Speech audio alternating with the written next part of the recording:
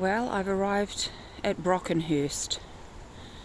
It's a rainy day, but it's not heavily raining. I've parked at the railway station and I'm coming down this lane and I find myself at the Commonwealth war graves of World War I. This is where dear Grandad Roycroft would have ended up if he hadn't lived. But he did live, luckily for our family.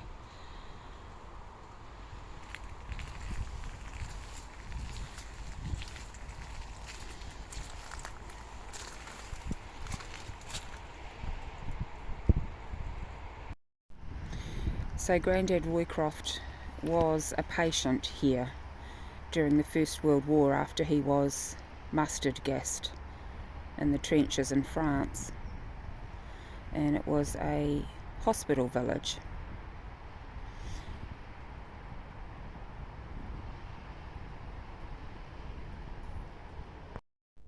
This sign gives you a bit of the history of Brockenhurst. It was originally, there was a hospital there named after the wife of the Viceroy of India. And the Indian soldiers were posted here as well, but they found the climate really difficult, so it was ended up being, from 1916 to 19, the #1 New Zealand General Hospital after the Indian soldiers left. It's saying here that from the time it opened until it closed, 21,004 injured New Zealand troops passed through the hospital, on average 26 admissions a day, with notable increases following the battles of the Somme and Passchendaele. And there's been sort of an ongoing relationship between this village and New Zealand ever since.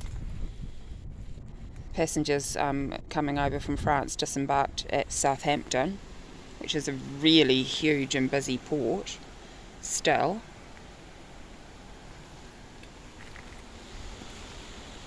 So this is where my great-grandfather came to recuperate. Well, not the actual cemetery, obviously, but this town.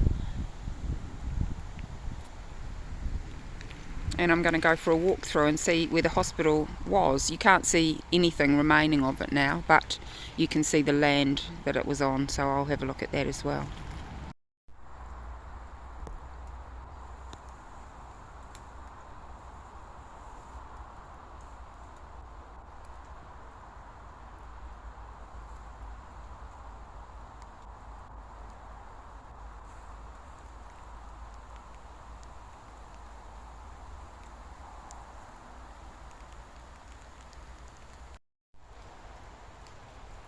There is the memorial, their name liveth for evermore.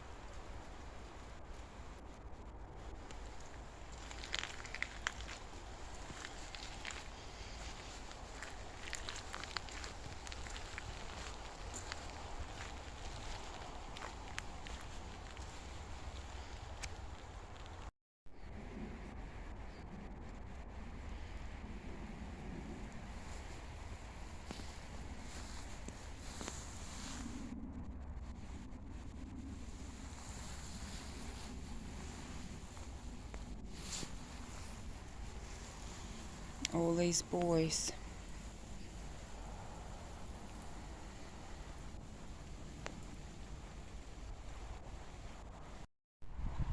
Canadian Forestry Corps.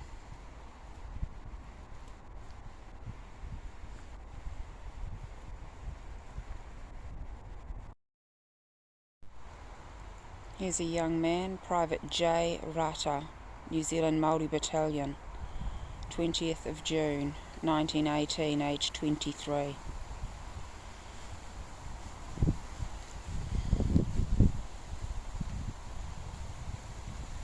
J.T. Connolly, Rifleman.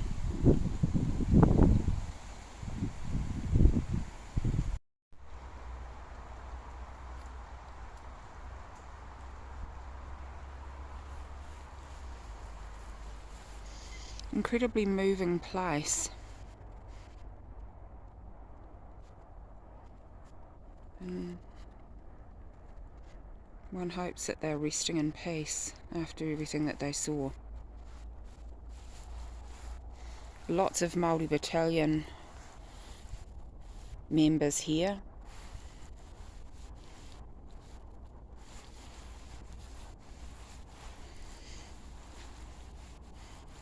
In loving memory of our only son Ted, who gave his life that the world may be made better. November 6th, 1917, aged 22 years. But his name is written in letters of love in the hearts that he left at home. His parents visited his grave in May of 1921 from Masterton, New Zealand, and left this as a memorial to him. The little cross is being dislodged, so I'll just pop that back for them.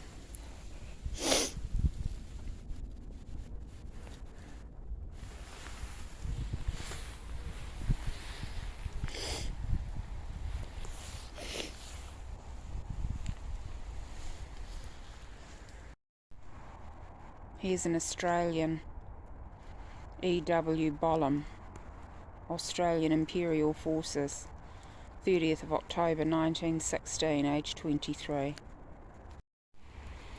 So with me I've brought my great-grandfather's records, his military records, and some notes that my grandmother, who's now passed away, has left.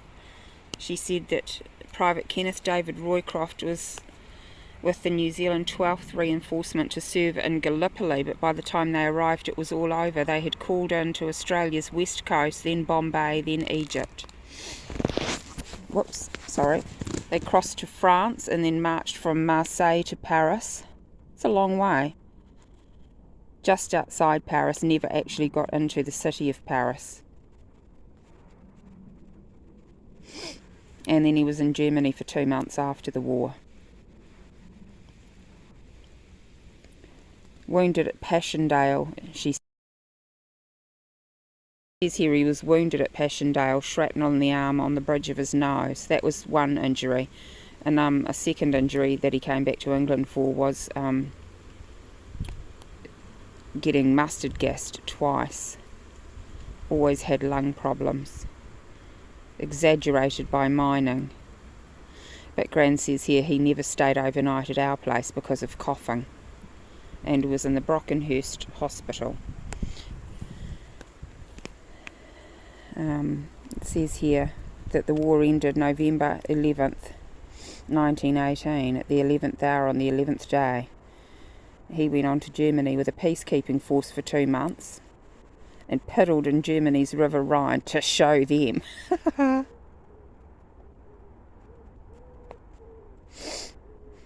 6 weeks on the boat home, which was the Hororata.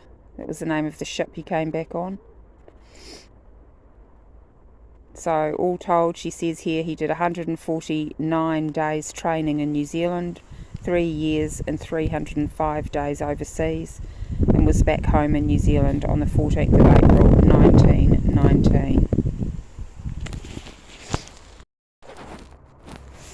There's actually a really cool little anecdote here. She says he had his 21st birthday in the trenches in France, and for 3 weeks carried around a tin of bully beef so he'd have something to eat on his birthday.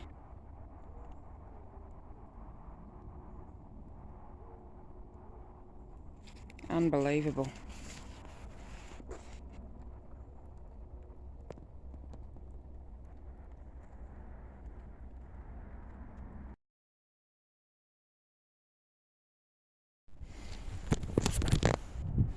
So this is his New Zealand Expeditionary Force Certificate of Discharge, and you can see up there it says that he was with the Auckland Infantry Regiment.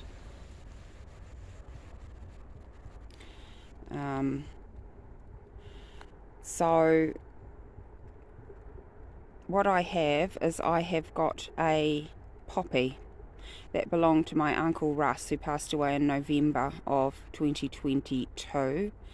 And I am going to place it here in memory of my Uncle Russ and my great-grandfather, Kenneth David Roycroft. And I'm going to try and find an Auckland Infantry Regiment grave to leave it next to, in their memory, and to honour all of these who fell for our freedoms.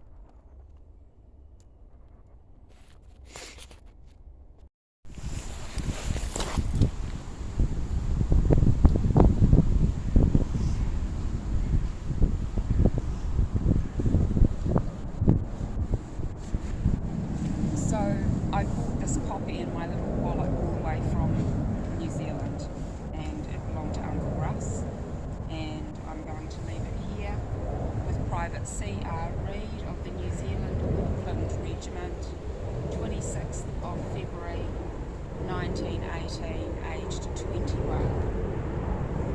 Who knows, maybe Granddad Roycroft knew this soldier.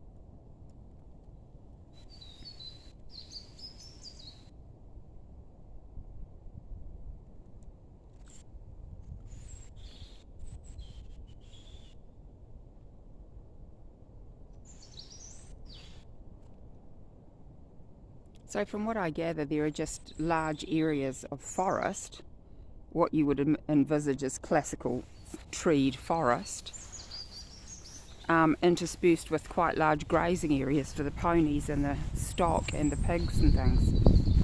But as you can see, I mean, just numerous oak trees. So there'd be plenty of pig food here in the autumn time. Really just so lush.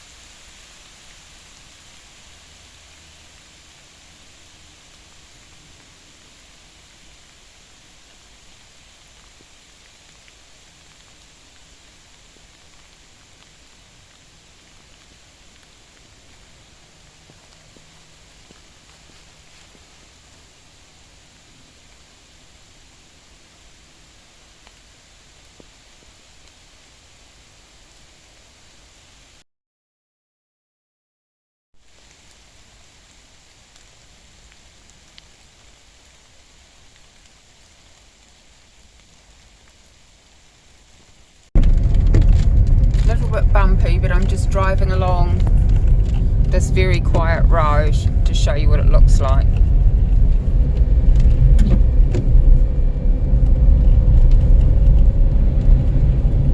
This is what it looks like driving through the New Forest.